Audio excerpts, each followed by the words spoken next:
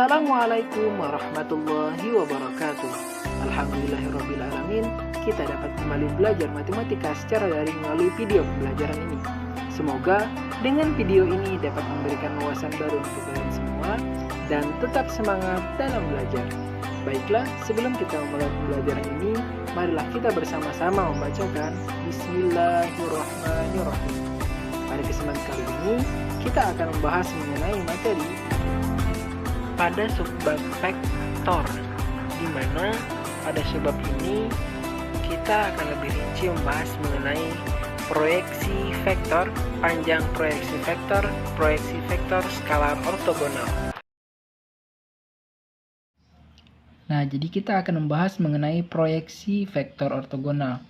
Jadi, misalkan di sini ada dua vektor, yaitu ada vektor A dan vektor B. Nah, di sini kita disuruh menentukan vektor proyeksi B pada A. B pada A. Ini B pada A ya. Ingat, B pada A ini akan beda hasilnya dengan A pada B. Nah, jadi B pada A. Oke.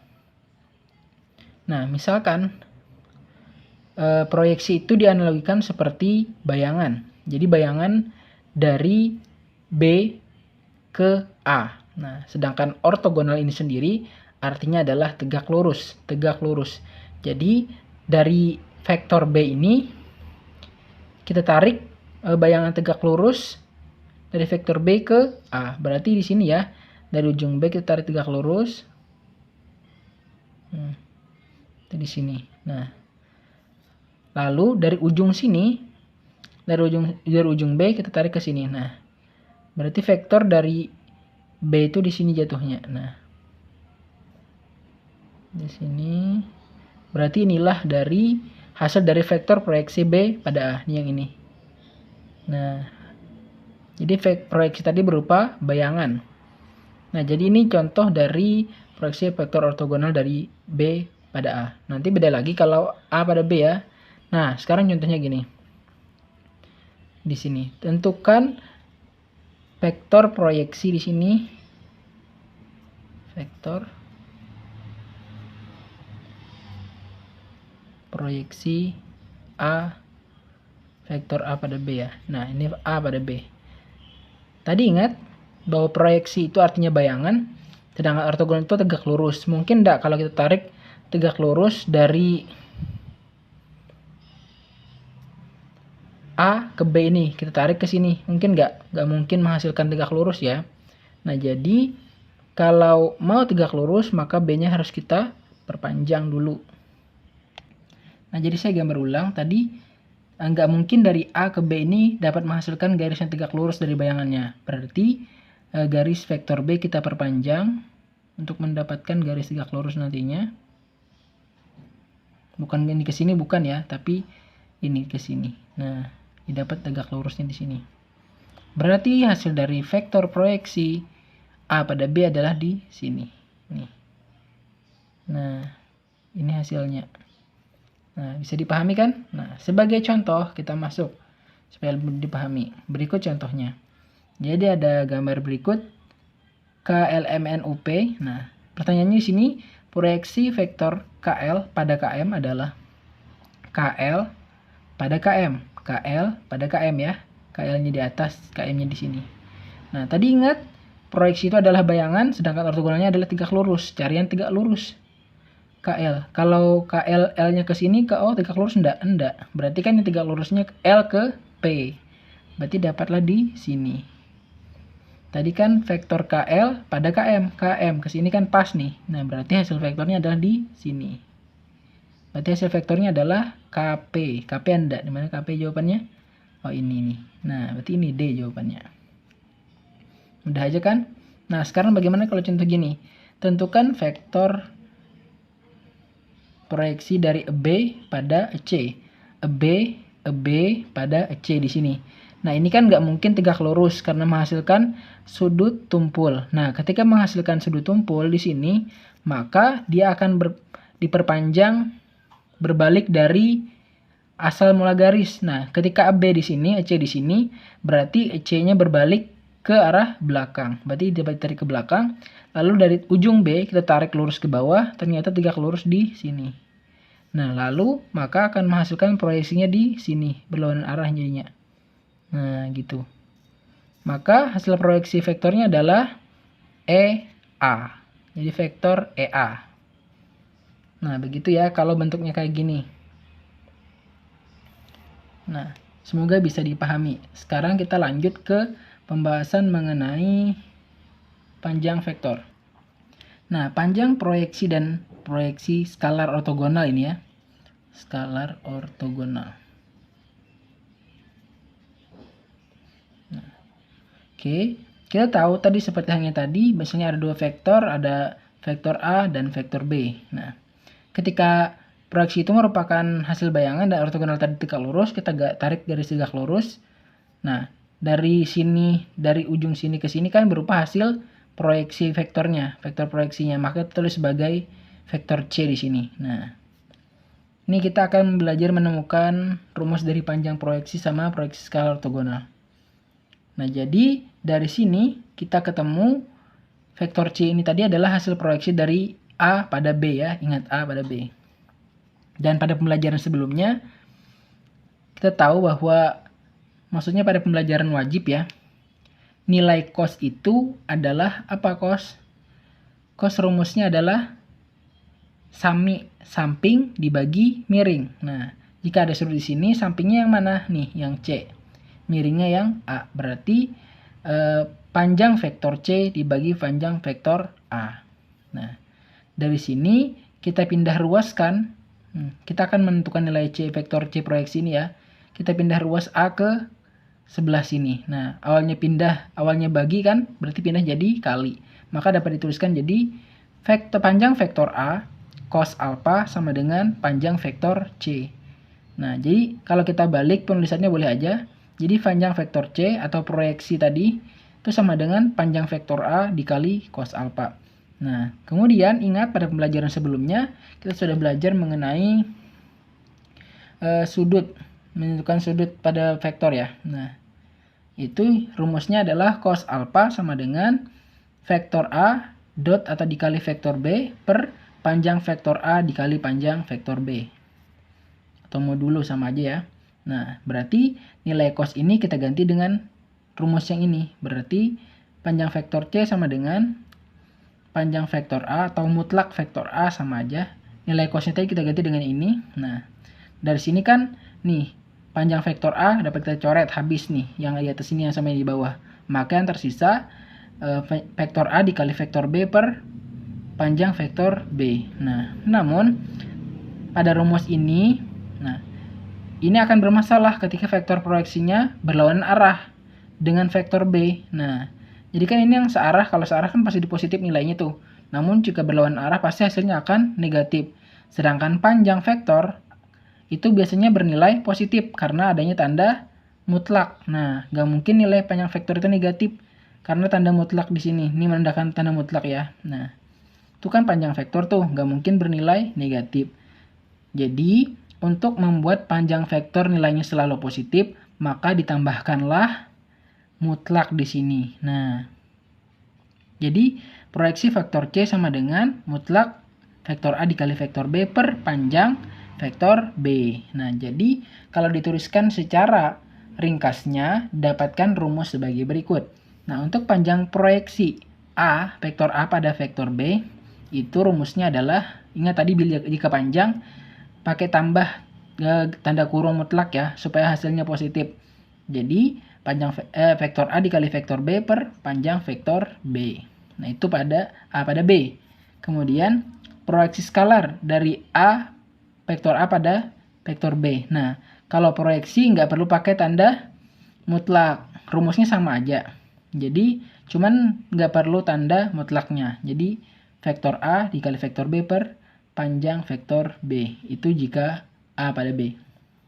Kemudian, panjang proyeksi vektor B pada A. Kebalikannya ya. Jadi, rumusnya hampir mirip juga. Jika panjang, ingat pakai tanda mutlak. Jadi, vektor A dikali vektor B per panjang vektor A. Nah, itu kalau proyeksi skalar B pada A lagi, itu berarti vektor A dikali vektor B per panjang vektor A. Nah, jadi sini kalian melihat kan perbedaannya. Jadi intinya yang berbedanya, jika di sini pada B, berarti pernya nanti panjang vektor B. Jika di sini pada A, berarti pernya panjang vektor A. Nah, di situ yang membedakan. Sedangkan di atasnya sama. Dan jika panjang pakai tanda mutlak. Namun jika proyeksi skalar biasa, itu hanya nggak pakai kurung tanda mutlak. Nah, begitu. Berikut, perhatikan contoh dari kita menentukan panjang proyeksi sama proyeksi skalar ortogonalnya ya. Nah, diketahui vektor U dan V sebagai berikut. Nah, jadi bentuknya adalah koordinat ya. Kita kan sudah belajar kemarin menentukan titik pada bentuk koordinat. Nah, kalau secara geometri, nah kita tahu kan dari sini kan pertanyaannya V pada U ya, V pada U. Berarti V pada U. Secara geometri kan kita tahu bahwa jika ujung P kita perpanjang, jadi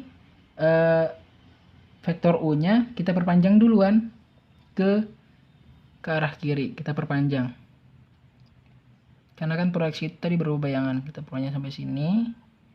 Nah, lalu kita tarik garis tegak lurus dari atas ke bawah. Nah, maka proyeksinya di sini kan jatuhnya. Nah, dan di situ. Jadi, hasilnya itu berlawanan arah dengan si vektor U. Sehingga kalau kita prediksi nanti hasilnya akan bernilai negatif. Nah, karena di sini kan berlawanan arah dengan vektor U. Sedangkan hasil proyeksinya ke arah sini. Nah, coba kita perhatikan. Tentukan proyeksi skalar ortogonal V pada U. Nah, jadi tinggal kita cari secara analitiknya atau secara hitungannya. Kalau secara geometri tadi kita hitung bahwa nanti hasilnya akan negatif. Oke, coba kita hitung pakai secara analitik ya, gunakan rumusnya. Oke, jawab. Dari sini kita perlu tahu dulu vektor U itu berapa nilainya, vektor U. Kita lihat dari sini. Nah, vektor U. Vektor U kan secara mendatarnya ada berapa kolom dari sini ke sini? 1, 2, 3, 4, 5, ada 6 ya. Berarti nilai X-nya ada 6, Y-nya ada nggak? Karena nggak ada ke atas, berarti nilai Y-nya adalah 0. Jadi vektor U itu dapat kita buat di sini nilai X-nya tadi 6 dan Y-nya bernilai 0. Sedangkan vektor P itu berapa V? Nih V kan ini. Nih. Berarti ke sampingnya berapa? 1, 2, 3. Oh, ini nggak dihitung ya. 1, 2, 3. Ke atasnya 1, 2, 3, 4, 5. Karena ke arah kiri berarti dia negatif ya. Berarti nilai X-nya -3. Sedangkan Y-nya adalah 5. Nah, baru kita tentukan pertanyaan pertamanya adalah proyeksi skalar ortogonal pada Pi pada U. Ingat, yang A, proyeksi skalar ortogonal V pada U ya.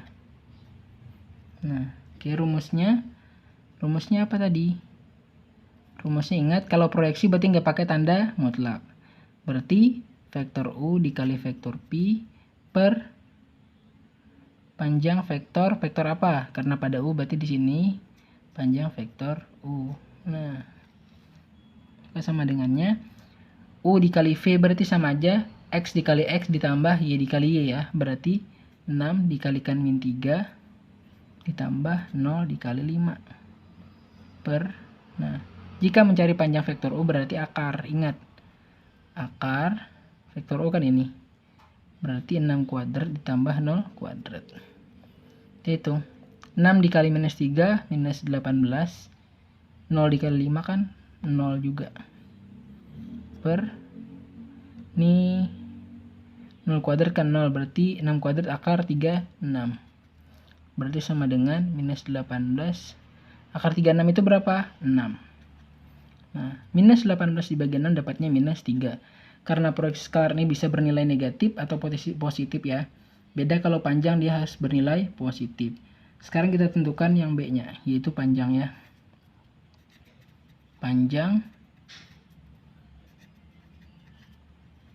proyeksi ya. Nah, Oke, ingat panjang proyeksi rumusnya apa? Sama aja dengan ini, cuman pakai tanda kurung mutlak. Vektor U dikali vektor Pi per vektor panjang vektor U maksudnya. Nah, sebenarnya kan rumusnya sama aja tuh. Nah, jadi kita nggak perlu ngitung lagi. Tadi kan kita dapat hasilnya nih, minus 3. Cuman masih dalam bentuk mutlak. Jadi mutlak minus 3. Mutlak minus 3 berapa nilainya? Pada pembelajaran matematika wajib, pada materi awal kita sudah belajar. Jadi nilai mutlak minus 3 hasilnya adalah 3. Nah, jadi sebenarnya hasilnya sama aja. Cuman yang membedakannya nanti kalau panjang pasti nilainya positif. Kalau yang proyeksi skalar biasa nilainya bisa positif, bisa negatif. Begitu. Ya, contoh yang kedua, diketahui vektor U-nya 6i tambah 2j tambah 3k dan vektor P-nya 3i min 4j tambah 5k. Tentukan proyeksi skalar ortogonal vektor U pada P, kemudian proyeksi skalar ortogonal vektor P pada vektor U. Nah, ini kayak rumus yang kita gunakan tadi. Nah, jadi kalau ini jangan bingung ya, ini bentuknya basis nggak apa-apa. Kalau yang bingung ubah aja nanti jadi vektor kolom misalnya. Vektor U-nya berarti nih kalau mau diubah ke kolom 6, 2, sama 3. Nah, vektor P-nya berarti kalau diubah ke kolom jadi 3, min 4, 5. Nah, setelah itu pertanyaan yang pertama kita masuk. U pada Pi. Berarti rumusnya apa? Karena proyeksi aja nggak pakai panjang, berarti langsung aja. Vektor U dikali vektor Pi per apa? Vektor panjang vektor Pi. Karena pertanyaannya sini pada Pi ya. Nah, ingat vektor U dikali vektor P berarti X dikali X, Y dikali Y, dan Z dikali Z. Ditambah tapinya 6 dikali 3 ditambah 2 dikali min 4, disejajarkan ya, sesuaikan. Lalu ditambah 3 dikali 5 per, karena panjang vektor P berarti pakai akar. P yang mana ini? Berarti 3 kuadrat ditambah minus 4 kuadrat ditambah 5 kuadrat. Hasilnya berapa nih? 6 dikali 3, 18. Ditambah minus 8 tambah 15. Berapa hasilnya? Di bawah dulu ya. Per akar 3 kuadrat itu 9, min 4 kuadrat itu 16, 5 kuadrat itu 25. Berarti ini 18 tambah min 8 positif 10 tambah 15 25 ya. Per akar 9 tambah 6 25, akar 50. Nah, jadi hasilnya 25 per akar 50. Ini bisa kalian cari, boleh kalian sederhanakan dulu akar 50-nya jadi 5 akar 2 ya. 25 per 5 akar 2.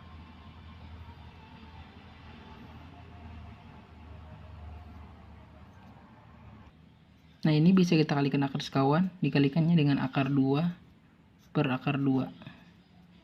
Jadi dapatnya 25 akar 2 per, nah akar kali akar kan karena akarnya sama hilang akarnya, berarti 5 dikali 2.